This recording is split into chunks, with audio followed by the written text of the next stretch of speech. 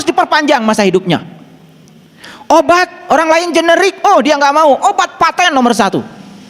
Dokternya nggak mau yang biasa, pengen yang paling ahli. Betul? Apa sih sesungguhnya di balik itu? Ketakutan akan kematian. Semua yang sibuk memperpanjang masa hidup, sebetulnya dirinya itu takut dengan kematian. Kenapa takut dengan kematian? Karena belum siap. Karena dia tidak pernah mempersiapkan untuk kematian. Lah kenapa ketika dia itu hidup tidak atas nama Allah menderita? Memang Allah yang menghukum? Tidak. Penderitaan itu hanya Allah mengingatkan, kalau kamu terlalu jauh berjalan dari diriku. Gitu aja kok. Bukan soal salah benar, itu bukan azab, itu bukan ujian. Nggak ada kerjaan Allah ngasih ujian. Yang suka ngasih ujian tuh dosen, guru. Allah nggak pernah ngasih ujian.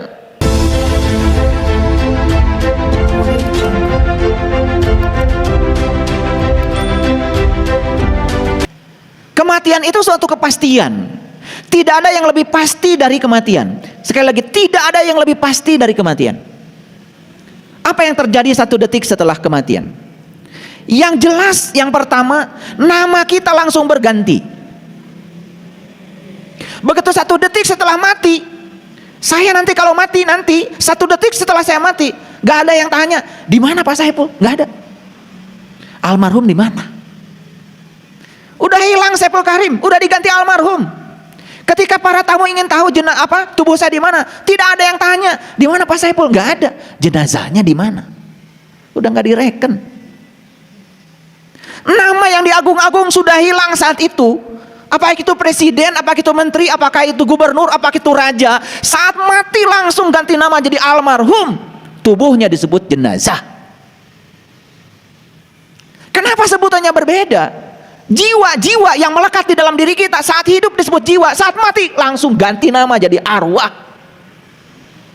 Betul nggak? Sadar nggak kita itu? Sering kan mendengar ini? Coba pikirkan, kenapa nama diganti almarhum, almarhumah? Kenapa diganti jenazah? Kenapa jiwa itu diganti arwah? Coba. Gak ada mengeningkan cipta buat para jiwa, gak ada buat para arwah.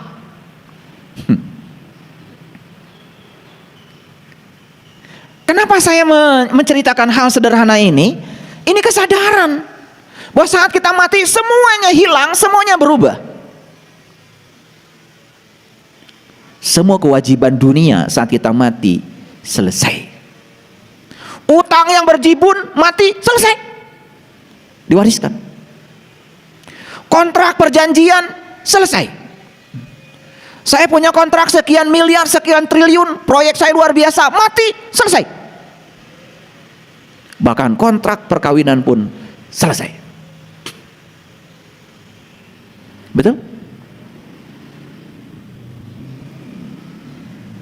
Ketika kita sakit menjelang kematian, rasa sakit yang mendera, penderitaan yang luar biasa, begitu mati selesai, dibebaskan. Jadi saya suka aneh saja, ketika seseorang sakit menderita luar biasa, kita tangisi sakitnya, kasihan dia sakit. Tapi begitu dikasih karunia kematian oleh Allah, dibebaskan dari sakitnya, masih ditangisi. Maunya apa? Saya mau nanya aja, maunya apa? Ketika sakit menderita, itu tumor, itu cancer, apapun, dia menderita kesakitan, ditangisi. Wajar kalau ditangisi. Dibebaskan dari rasa sakit dengan kematian, masih ditangisi. Maunya apa? Sadar? Sadar apa tidak? Jadi maunya apa?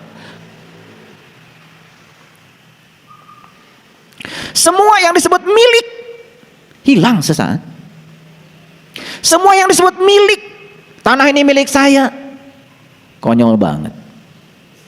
Gak ada tanah milikmu. Yang ada kamu milik tanah. Itu yang benar. Kita sedang membebaskan tanah di Jelekong itu. Saya nggak mau ribut soal tanah. Mau dijual berapa? Bayar.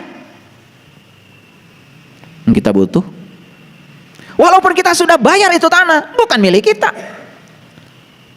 Nggak bisa dipindahkan kok. Nggak bisa dibawa kok. Betul nggak? Sudah dibayar tetap aja di Jelekong. Jangan mentang-mentang karena uang kita seakan-akan itu berpindah tangan menjadi milik kita. Enggak ada. Semua yang di dunia ini hanya hak guna pakai. Walaupun ada sertifikat hak milik, itu bohong, itu kertas. Kita beli sawah 1 hektar, berapa lama sih itu milikmu? Sebatas kamu bernapas, berhenti napas, pindah tangan pada yang lain. Mana yang namanya milikmu? Apakah kata hak milik berubah ketika mati? Tidak. Itu cuma main-main basa-basi duniawi, ya memang begitu. Makanya jangan terlalu bingung dengan kertas. Semuanya kertas kok. Yang lucu lagi, kita ini sering merasa kehilangan sesuatu yang jelas-jelas bukan milik kita. Itulah kadang-kadang kebohongan yang diulang-ulang dalam sholat kita. Inna sholati wa nusuki wa mahyaya wa mamati lillahi rabbil alamin la syarikalah wa bidzalika umirtu wa anna awwalul muslimin. Dan kita mengatakan semua milik Allah, semua milik Allah, semua milik Allah. Di sini. Tetapi kenyataannya seakan-akan semua milik kita. Pelitnya luar biasa. Hitungannya luar biasa. Makanya di episode yang kemarin saya sengaja membuat judul melepaskan kemelekatan pada harta dan diri supaya semuanya mengerti. Jadi semua yang menjadi milik itu hilang pada saat napas berhenti. 1 detik setelah kematian semuanya berpindah. Dan kita tidak akan bisa masuk lagi ke tubuh ini. Tidak ada izin lagi untuk menggunakan jasmani ini. Saat kita keluar, kita sadar keluar, kita melihat tubuh kita sendiri. Ada keinginan untuk masuk lagi, tetapi tidak bisa lagi. Maka disebut menghembuskan nafas yang terakhir. Artinya, ya sudah, begitu nafasnya terhembus nggak bisa masuk lagi. Dan saat itu kita kehilangan kontrol terhadap diri kita. Tangan tidak bisa dikontrol oleh kita lagi, kaki nggak bisa dikontrol oleh kita lagi, tubuh ini tidak bisa dikontrol oleh kita lagi. Kita kehilangan kontrol sama sekali saat itu. Pertanyaan sekarang, tubuh kita sekarang masih bisa dikontrol oleh kita, digunakan apa? Mulutmu masih bisa dikontrol oleh kamu sekarang, digunakan untuk apa? Matamu masih bisa dikontrol olehmu saat ini, masih diberi kekuasaan untuk mengontrol semuanya. Dipakai apa? Telingamu masih dikontrol. Kita masih diberi kuasa untuk mengontrol semuanya. Pertanyaannya, kuasa yang Allah berikan kepada kita untuk mengontrol tubuh kita dipakai apa? Apa ketika kalian pergi dari rumah ke sini tidak dalam kontrol? Kaki ini tidak bisa sampai di sini kalau tidak ada kontrol. Dan pada saatnya nanti semua kontrol itu akan diambil oleh Allah. Saat itu kalian kaget. Karena apa? Sesuatu terasa adanya kalau sudah hilang. HP ketika ada di tangan kita tidak terasa adanya, hilang beberapa jam atau jatuh di mana? Mulai tidak bisa menggunakan HP. Di situ kita mulai kehilangan sesuatu. Merasa kehilangan itu kalau sesuatunya tidak ada. Kontrol yang Allah berikan kepada kita saat ini, kita bisa mengontrol semuanya. Mau meditasi? Yes. Mau sholat? Yes. Mau tidur? Yes. Mau makan? Yes.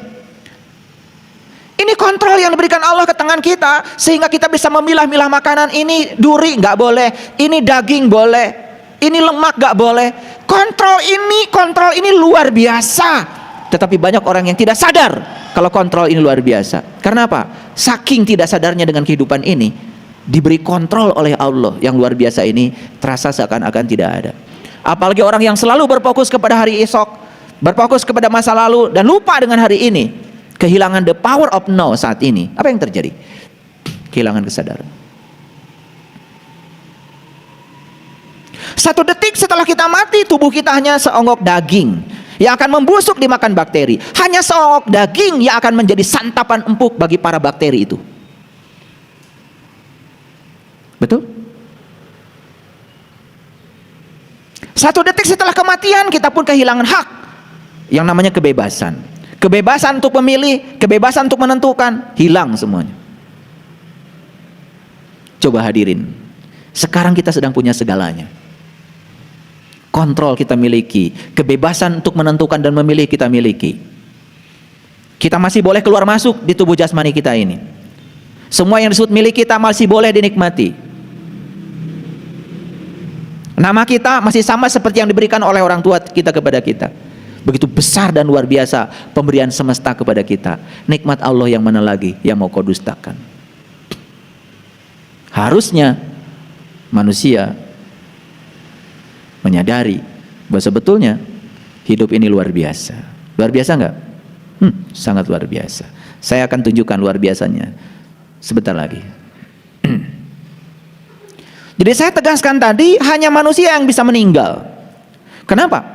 Karena manusia itu meninggalkan kesedihan, meninggalkan kenang-kenangan, meninggalkan warisan, meninggalkan nama dalam buku sejarah, meninggalkan Facebook, meninggalkan IG, meninggalkan YouTube.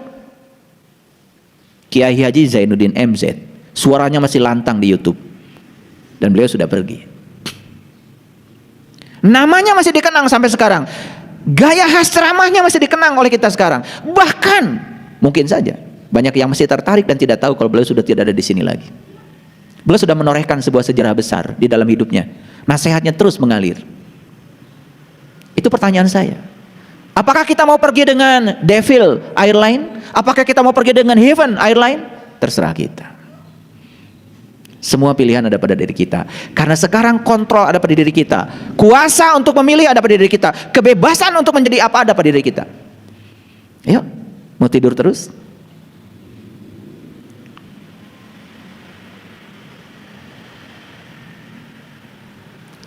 Semua makhluk hidup di dunia ini hanya memiliki satu tujuan. Dan tujuan itu sama, yaitu kematian. Betul? Semua makhluk hidup di semesta ini cuma punya satu tujuan. Dan tujuan itu sama. Apa itu? Kematian. Dan tujuan manusia dilahirkan itu cuma satu. Apa? Mati. Tujuan manusia dilahirkan itu satu. Mati. Awas. Oh, kalau gitu saya nggak usah ngapa-ngapain di dunia ini, karena tujuan dari kelahiran ini adalah mati. Ya sudah, karena saya sudah lahir ke dunia ini, saya tinggal nunggu mati saja. Awas, jangan menangkap makna yang salah. Kalau tujuan dari kelahiran ini adalah mati, berarti kelahiran ini, durasi antara kelahiran dan kematian itu apa? Kalau tujuan kelahiran itu adalah mati, berarti durasi antara kelahiran dan kematian itu apa? Itu durasi untuk menyiapkan diri agar kita bisa mati. Tentu saja mati dalam pengertian bisa kembali ke tempat asal kita. Nanti saya akan tunjukkan videonya nanti supaya semuanya mengerti. Nah, kebanyakan manusia sekarang ini sibuk memperpanjang masa hidup, bukan mempersiapkan diri untuk kematian. Betul nggak? Boleh nggak minum suplemen vitamin? Boleh. Boleh nggak olahraga? Ya boleh. Tetapi jangan terus memperpanjang masa hidup tetapi tidak mengisi kehidupan. Ngerti maksud saya? Kan ada terus memperpanjang masa hidup. Olahraga yes, hidup sehat ya, tetapi tidak bikin apa-apa dalam hidup, tidak bikin sejarah apa-apa dalam hidup. Hanya terus saja memupuk ego, hanya terus mencari tanpa membagi, hanya mengumpulkan tanpa melepaskan. Kan banyak yang kayak gitu. Itu namanya salah arah. Jadi antara kelahiran dan kematian ini ada jeda nih, ada durasi. Untuk apa durasi ini? Durasi ini adalah untuk menyiapkan diri agar saat mati bisa pulang.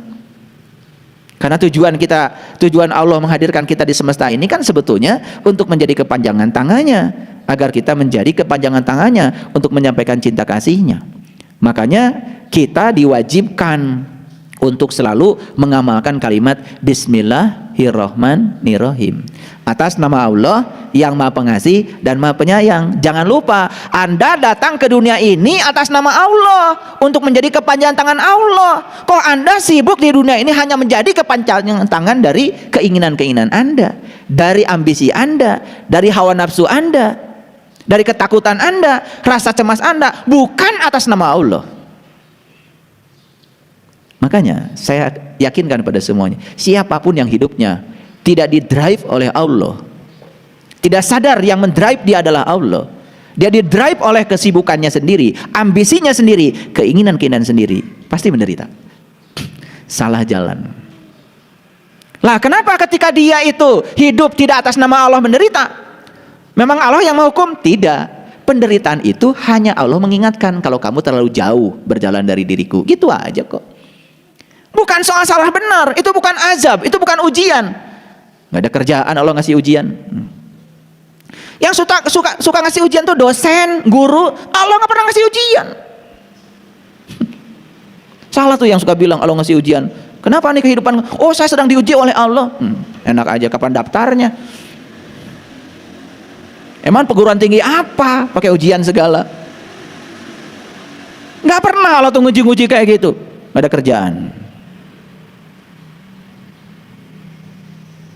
Jadi saat kita menderita itu bukan ujian.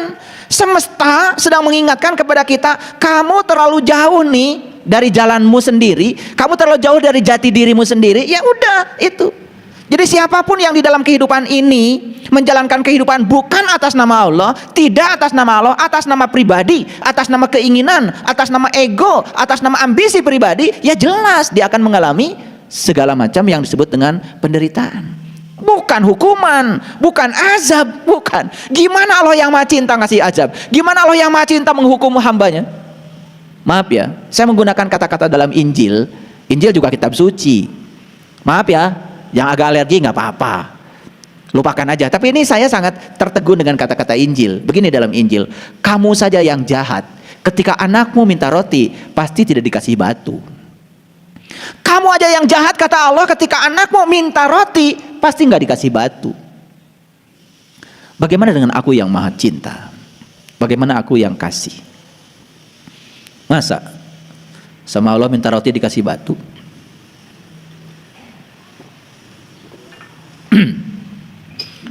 Masa minta uang dikasih ular?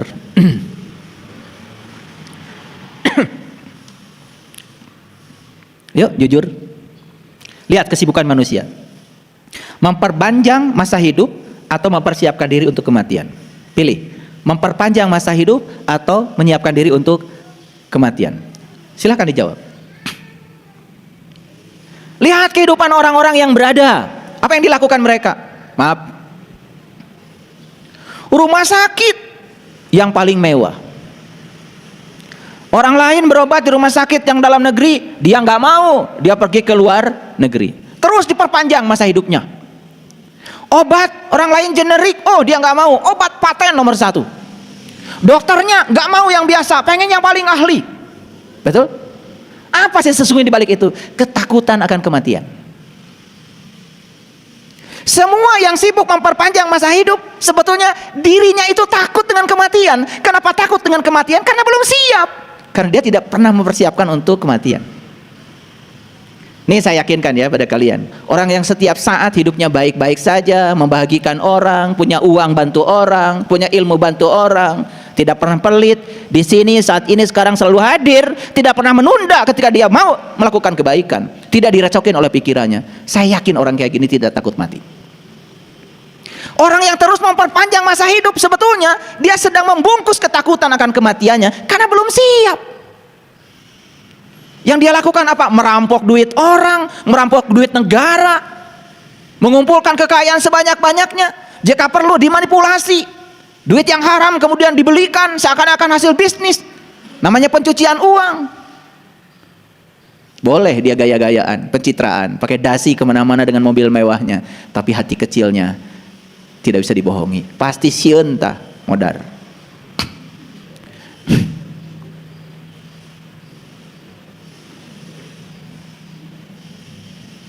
Paham?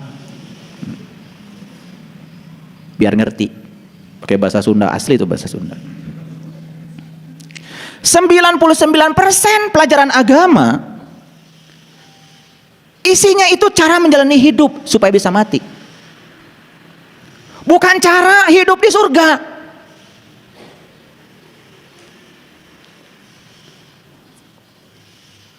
%90 ajaran agama itu cara menjalani hidup supaya bisa mati.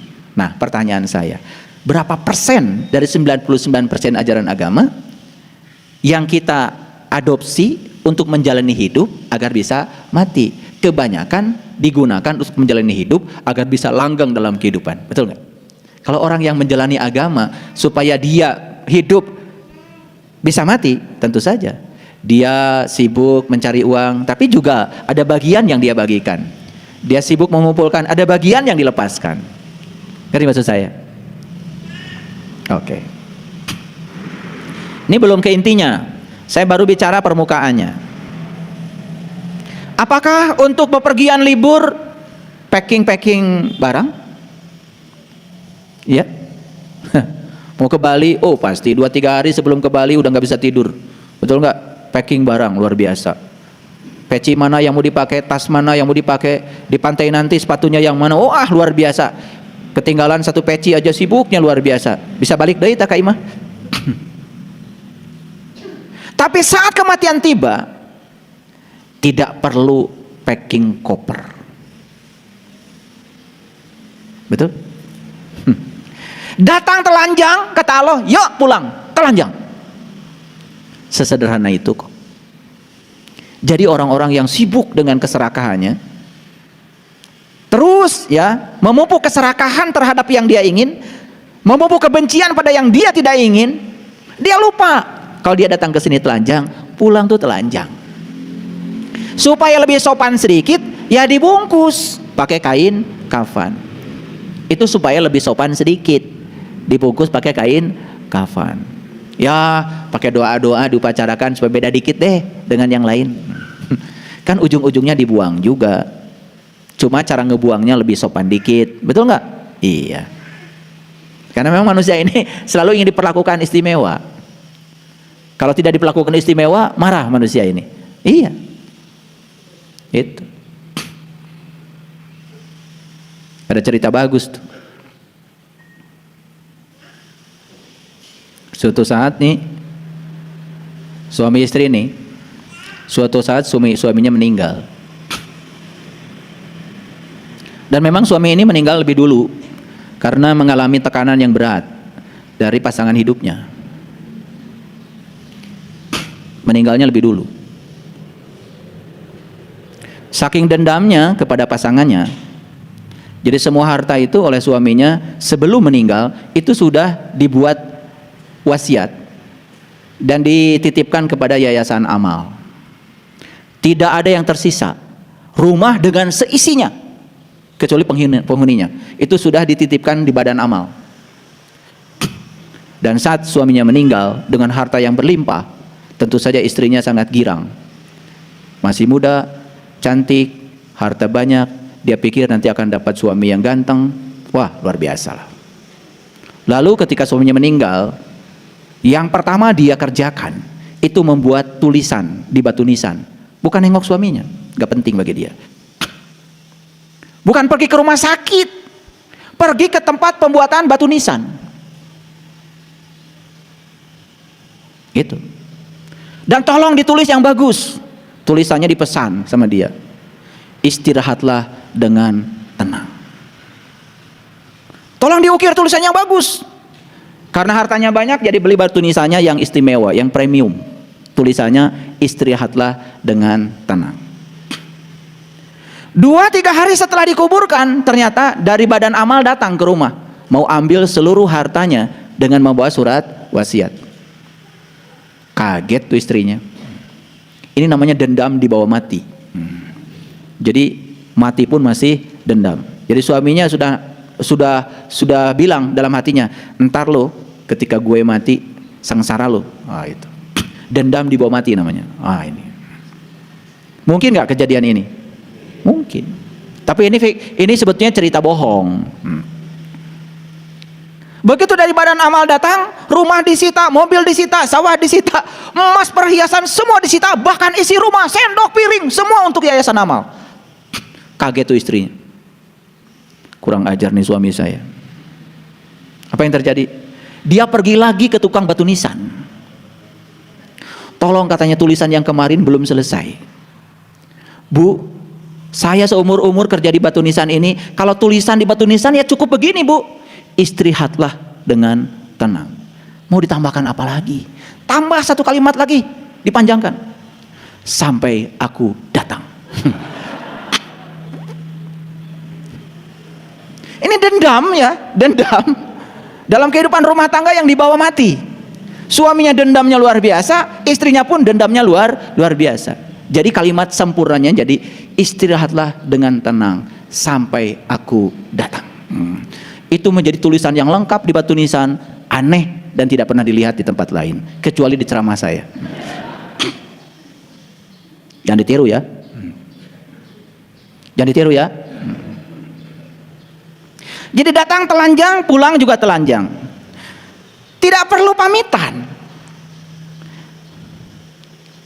Jarang orang mau mati pamitan. Pernah nggak ada orang mati pamitan? Jarang. Walaupun saya bisa baca data karma dan akan meninggal di usia berapa, itu nggak akan saya sampaikan. Tidak perlu dan tidak bisa pamitan pada siapapun. Entah tugasnya sudah selesai, entah tugasnya belum selesai, gak ada waktu pamitan. Gak ada. Pertanyaan besarnya sekarang, kemana jiwa pergi? Kemana jiwa pergi?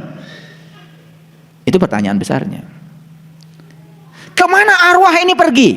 Karena kalau jiwa sudah keluar dari tubuh kan ganti nama juga, namanya arwah. Nah, kemana arwah ini perginya? Ini pertanyaan.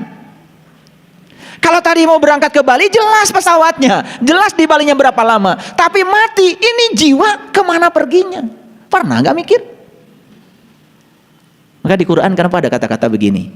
Ketika nyawamu sampai di kerongkongan, pada saat itu kamu harus melihat. Aku lebih dekat kepadamu, tetapi kebanyakan manusia tidak melihat. Itu kan diabadikan dalam Quran surat Al-Waqiah itu. Falaula idza balagatil hulkum wa antum hina idin tangdurun wa nahnu aqrabu ilai minkum walakin la tubsirun. Walakin la tubsirun, dan kebanyakan manusia la tubsirun, kebanyakan manusia enggak tahu jalan. Pernah enggak ada orang bertanya, nanti kalau sakaratul maut ya saya seperti apa? Apakah saat sakaratul maut nanti saya melihat? Apakah saat sakaratul maut saya tidak melihat? Kalau saat sakaratul maut saya melihat, apa yang harus saya lihat? Dengan mata mana saya harus melihat? Pernah nggak ada orang nanya begitu? Nggak ada. Nggak ada. Detil-detilnya seperti itu nggak pernah ada orang nanya. Mohon maaf. Saya waktu belajar spiritual, pertanyaan abadi yang ada dalam diri saya itu, saya nanti kalau mati, apakah saya dalam keadaan melihat? Apa yang harus saya lihat? Dengan mata mana saya harus melihat? Karena itu alamat. Kalau mati dalam keadaan buta, kata Quran, waman kana fi hadhihi a'ma wa huwa fil akhirati a'ma wa adallu sabila. Barang siapa yang buta di dunia lebih buta lagi di akhirat. Gak lihat di dunia, gak lihat di dunia, di akhirat. Aneh kalau orang mengajarkan, katanya melihatnya nanti aja di akhirat. Padahal ayatnya jelas mengatakan siapa yang tidak lihat di dunia tidak akan lihat di akhirat. Pertanyaannya, apa yang harus saya lihat? Tentu saja kampung asal kita, tentu saja alamat kita. Alamat kita apa? Alamat kita adalah Allah. Karena kita asal dari Allah, kembali kepada Allah. Alamat kita adalah Allah. Yang kemudian sering disebut akhirat. Akhirat itu sebenarnya terminal terakhir. Terminal awal kita Allah, terminal akhir juga Allah. Jadi akhirat itu sebenarnya adalah Allah. Loh, kok digambarkannya jadi aneh-aneh? Padahal kata Nabi, jarak antara dunia dan akhirat itu hanya satu kerdipan mata. Nabi Muhammad yang bilang begitu ketika ditanya malaikat Jibril, ya Rasulullah, berapa jauh jarak antara dunia dan akhirat? Beliau mengatakan, satu kerdipan mata. Melihat, nutup, tidak melihat. Satu kerdipan mata, nyampe ke akhirat. Kalau tahu jalannya, tahu caranya, makanya harus belajar nganyang kapageto, mati sa jeroning urip. Situ ilmunya. Nah, jiwa ini istilahnya banyak. Saya menemukan dalam bahasa Sanskerta, jiwa itu jiva. Saya menemukan dalam bahasa Inggris soul. Saya menemukan dalam bahasa Jerman soul. Saya menemukan dalam bahasa Yunani psyche. Makanya psikologi. Nah, itu. Jadi aneh ya. Ada ilmu tentang jiwa, ada dokter jiwa, ada rumah sakit jiwa, padahal jiwa teka tingali. Gak apa-apa, gak usah usil. Ada dokter jiwa, ada rumah sakit jiwa, betul nggak? Nu arasup ka ditu jiwa? Bukan, negara ring. Aneh kan, rumah sakit jiwa harusnya ngerawat jiwa. Jadi saya masuk ke rumah sakit jiwa, nah harerin kieu, harusnya jiwa mah teu kadeuleu. Betul nggak? Harusnya nggak kelihatan. Makanya kalau kalian pergi ke rumah sakit jiwa kosong, itu berarti jiwa semua sedang dirawat tuh. Makanya apa yang dirawat? Yang dirawat tubuh lagi, betul nggak? Ya dikasih obat, tubuh lagi. Obatnya apa? Semua obat yang dikasih ya semua untuk membuat agar saraf-sarafnya jadi kendur. Apakah itu jiwa yang diurus? Bukan. Makanya sekarang diganti, orang dalam keadaan gangguan jiwa. Disebutnya juga gangguan jiwa. Apa OGDJ apa tuh istilahnya itu sekarang? Itu Departemen Sosial yang bikin istilah itu.